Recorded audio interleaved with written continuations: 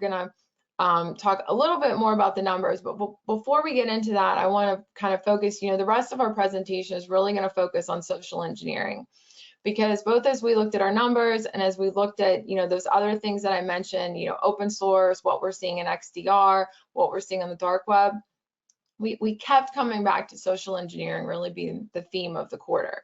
So, I want to get us on the same page with what social engineering is. So Keith, I'm going to put you on the spot here for a definition of social engineering. Yeah, social engineering has been tough, especially in the recent days and months with everything that's going on. But I believe there is a big misconception for social engineering. Social engineering itself is not a cyber attack. Rather, it's more of a tactic that is used by these bad guys to gain trust from victims, in order to collect the information so they can perform the cyber attack itself. So, I think that misconception is held throughout. But understanding what social engineering is vital to be able to protect it. Yeah, no, you're exactly right. I mean, it's really not, social engineering specifically isn't a cyber threat. It's, kind of a tactic that they're using. And in Q3, we saw really like increases in multiple different categories of initial access. And if we move to that next slide, we can kind of see that specifically. And, social engineering is any time that, a threat actor is doing something to manipulate a human into doing what they want, right? Clicking that link, uploading that attachment, doing something so that they can, bring some kind of malicious activity into the network. And we saw increases in phishing in the third quarter. And phishing, obviously, that's, an obvious one. They're, trying to get humans to click on their bait. So some of the things we saw, like they're doing new things to try to get them to do that, right? So like the use of QR codes in emails. We also saw things like Ryan's going to talk about, seeing links go through Microsoft Teams. So it's not phishing through email, but it's phishing through an instant messaging platform. So, these kind of evolving ways that they're trying to hack humans. Valid accounts is another one. So we saw definitely an uptick in cases that came back to, starting with valid accounts. And many times the way that actors get those valid accounts is maybe previously there was some kind of phishing email or some kind of attempt where they were socially engineering a victim into giving up those usernames and passwords. And then finally, there was a last category here that we had, we just have a kind of a blanket category for social engineering.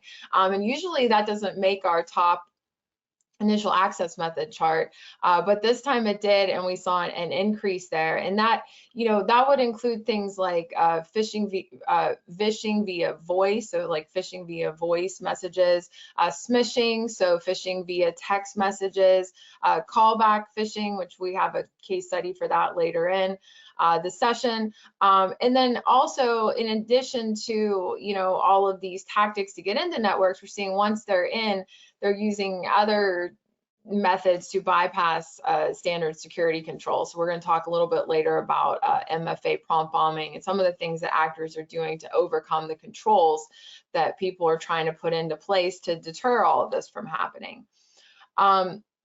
Now, we can't really talk about Q3 without, one of the big headline making stories of Q3 was the group, we're following this group as Kroll threat actor 243, but they're also more, known as Scattered Spider, Scattered Swine, Octo Tempest, depending on who's reporting on them.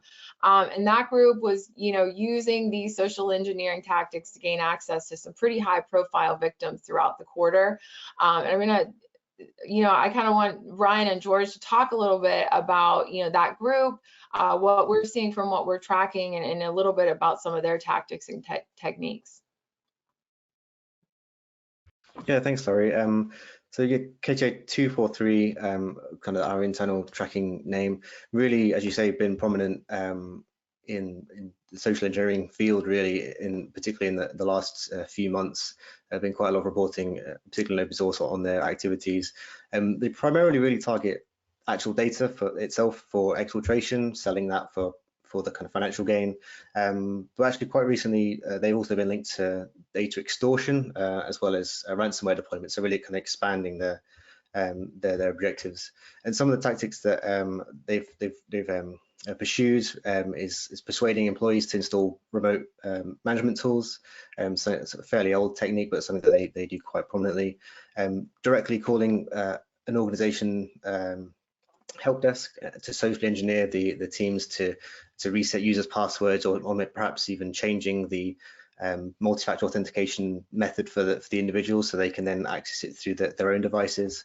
And then perhaps on the more kind of threatening side for this group, they have been seeing SMS phishing employees directly with personal messages, with things like they're going to send people around to their houses, and a lot of kind of really personal kind of threats and long kind of message chains directly to the victims, really to try and persuade them and put pressure on them to provide over their login details to access their account, which of course is really heightening the pressure on users when they're getting these messages through.